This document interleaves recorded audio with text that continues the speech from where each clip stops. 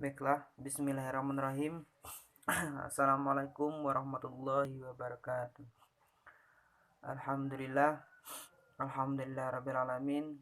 Wassalatu wassalamu asrafil anbiya'i wal mursalin wa ala alihi wa sahbihi ajmain amma ba'du.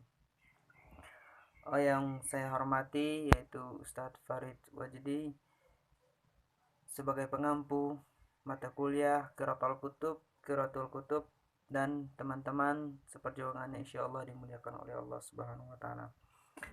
Setinggi rasa dan puji syukur kita kehadirat Allah Subhanahu wa taala yang telah menimpakan rahmat dan nikmat kepada kita semua sehingga kita dapat menarik napas dengan begitu sempurna. Alhamdulillah. Dan selanjutnya itu salawat beriringkan salam buat Nabi besar kita, yaitu Nabi besar Muhammad sallallahu alaihi wasallam, sebagaimana salawatnya berbunyi, Allahumma sholli ala sayyidina Muhammad wa ala ali sayyidina Muhammad. Baiklah, langsung saja. Adapun video pada kali ini yaitu tentang Qiraatul Kutub, yaitu membaca kitab. Dan saya mendapat yang bagian makro yang kelima dan dilanjutkan nanti makro yang ke-22. Dan mudah-mudahan dengan kita pembacaan kitab ini mudah-mudahan bermanfaat bagi kita semua, dan kita langsung saja dalam pembacaan kitab tersebut. Pada makro yang kelima, bismillahirrahmanirrahim. Wal ilman nujumi bimanzalatil maradi fata'allamul haram. Sedangkan mempelajari ilmu nujum itu hukumnya haram. Yaitu pada makro yang kelima itu kita membahas tentang ilmu nujum, yaitu ilmu perbintangan. Li'annahu yadurru, karena ia diibaratkan penyakit yang sangat membahayakan. Nah, mempelajari ilmu nujum itu sebagian orang mengatakan bahwa haram karena telah penyakit yang sangat membahayakan. Wala yanfa'u wal marabu min qada illahi wa qadarihi khairu mumkin. Dan mempelajari ilmu nujum itu hanya sia-sia belaka karena ia tidak bisa menyelamatkan seorang dari takdir Tuhan. Nah, hanyalah sia-sia belaka. Di sini menjelaskan mempelajari ilmu nujum itu adalah sia-sia belaka. Fayambaghi likulli muslimin, oleh karena itu setiap orang Islam fi jami'i awqatihi bi zikrillah ta'ala, seyogyanya mengisi seluruh waktunya dengan berzikir kepada Allah Subhanahu wa taala. Dan setiap orang muslim itu seyogyanya harus mengisi waktu dan dengan berzikir kepada Allah Subhanahu wa taala. Wa doa dan berdoa, wa tadarru dan memohon seraya merendahkan diri kepadanya, wa qiraatil Quran dan membaca Al-Quran. Nah, itulah tentang ilmu nujum tadi. Wa sadaqati dafi'ata lil bala, dan bersedekah supaya terhindar dari mara bahaya. Itu seyogyanya orang Islam.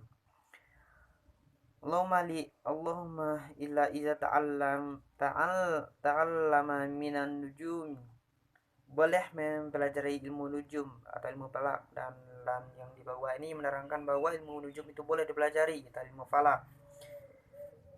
Qadara ma ya'rifu bihil qiblati, untuk mengetahui arah kiblat.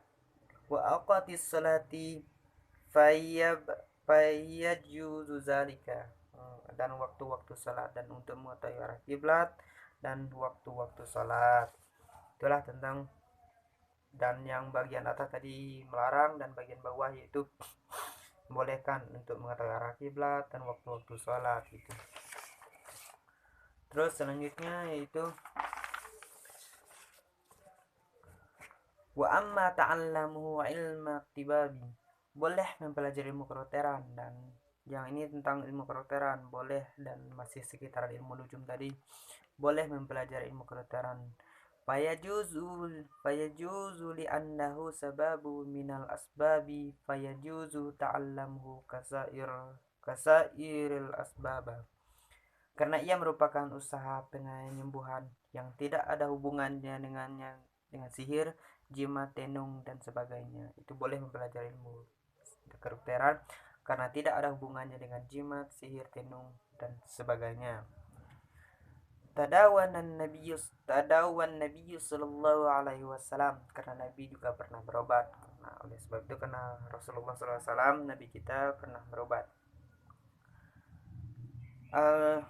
Yang al-ilmu ilmani, ilmu fiqih li adyan. Ilmu itu ada dua, yaitu ilmu fikih untuk mengetahui hukum agama, wa ilmu tibbilil abdan, dan ilmu kedokteran untuk memelihara badan.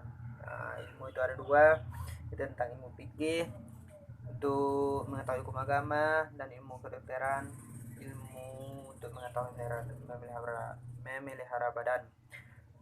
Dan itulah bagian makro yang pertama tadi, itu makro kelima tentang ilmu nujum. Terus video yang selanjutnya yaitu kita akan membaca makro yang ke-22, yaitu makro 22, itu tentang menulis tentang tulisan, tentang menulis atau tulisan gitu. Bismillahirrahmanirrahim. Wa kana ustazun al-qadiya ajallu fakhrul islamil ma'ruf biqadikhani yaqulu. Guru kami adalah hakimnya al-fakar Islam yang dikenal sebagai Qadikhan. Dia berkata, in lam yurid bizalikal istighfafu fala ba'sa. Jika perbuatan itu meletakkan wadah tinta di atas kitab tidak bermaksud meremehkan kitab tersebut, maka tidak apa-apa.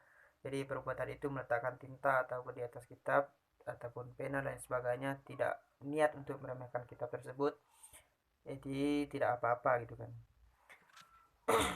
Bizalikal aula an yahtariza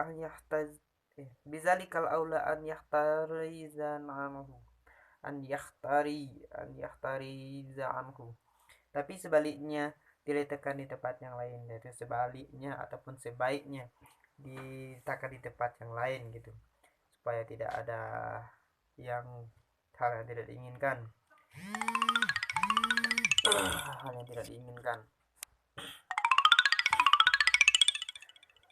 Wa minat ta'zimi an yujawwida kitabatal kitabi. Terus ini tentang santri harus bagus dalam menulis kitabnya. Jadi kita itu harus bagus dalam menulis kitab. Itu maksudnya bukan sekedar santri saja, jadi kita semua harus bagus dalam menulis kitab. Wala yuqarmita wa yut'araka wa yatrukal hasyiyatal allati yuqarmita bihal illa indal dururah. Tulisannya harus jelas, tidak terlalu kecil sehingga sulit dibaca. Jadi kita dalam harus menulis kitab ataupun nulis yang lainnya, jadi harus jelas dan tulisannya jangan terlalu kecil. Kalau terlalu kecil itu sulit dibaca. Wara Abu Hanifah katiban yuqarmitu fil kitabati faqala. Nah, itu Abu Hanifah pernah melihat muridnya yang tulisannya sangat kecil sehingga tidak jelas, lalu beliau menegurnya. Jadi Abu Hanifah itu pernah melihat muridnya yang tulisan itu sangat kecil dan sulit dibaca, dan lalu beliau menegurnya.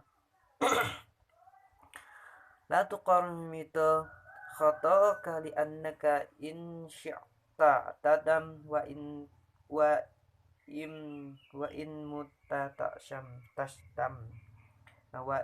mumtatastam.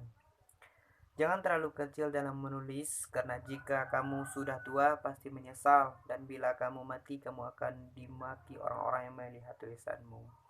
Nah, itu jangan terlalu kecil dalam menulis, karena di saat tua nanti kita akan menyesal.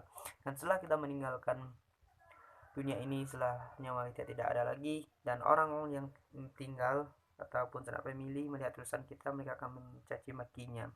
Nah, itulah tujuan daripada Abu Hanifah menegur muridnya tadi. Yakni iza sya'ata wa dha'fa basaruka nadimta ala zalikal fi'li. yakni jika kamu sudah tua dan pandangan matamu sudah lemah, maka kamu akan menyesali perbuatanmu itu. Nah, jika kita sudah tua dan pandangan mata kita sudah lemah, kita akan menyesali perbuatan kita karena tulisan kita terlalu kecil gitu. Itu tujuan daripada Imam Abu Hanifah tadi, menerangkan, menegur seorang muridnya, jangan tulisan ataupun menulis terlalu kecil. Fa'innahu taqti'u Abi Hanifah rahimallahu ta'ala. Begitu juga yang bisa dikerjakan Imam Abu Hanifah.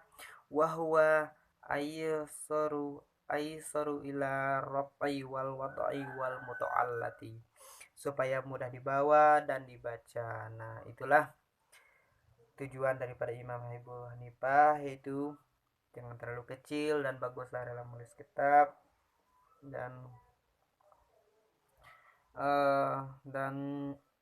wayam bagi seharusnya dibentuk wayam bagi li yakuna ta'ti'ul kitabi marba'an, seharusnya kitab itu dibentuk persegi 4.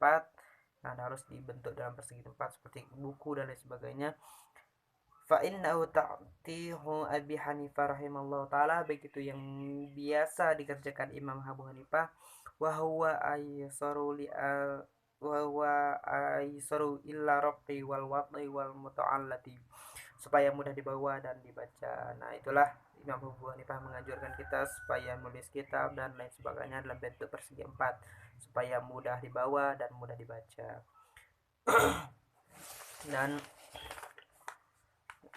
dan itulah penjelasan kita itu dari kitab Ta'lim wa Ta'lim, itu tentang yang makro yang kelima tadi, itu tentang nujum, ilmu perbintangan dan ilmu kedokteran. Ada yang membolehkan, ada yang tidak membolehkan. Dan yang kedua itu tentang makro yang kedua itu tentang menulis kitab, tentang tulisan, yaitu yang di dalamnya tadi diterangkan oleh Imam Abu Hanifah dan dibentuk persegi 4 dan lain sebagainya. Nah, begitulah makro kita pada kali ini, yaitu di kitab Ta'lim wa Ta'lim, supaya bermanfaat bagi kita semua. Dan jika ada kesalahan, mohon maaf. Semoga bermanfaat bagi kita semua yang membaca dan mendengarkannya. Tadi saya awali dengan salam, dan sekarang saya akhiri dengan ihdinas siratal mustaqim. Wabillahi taufiq wal hidayah, wallahul muwaffiq ila aqwamit thoriq. Wassalamualaikum warahmatullahi wabarakatuh.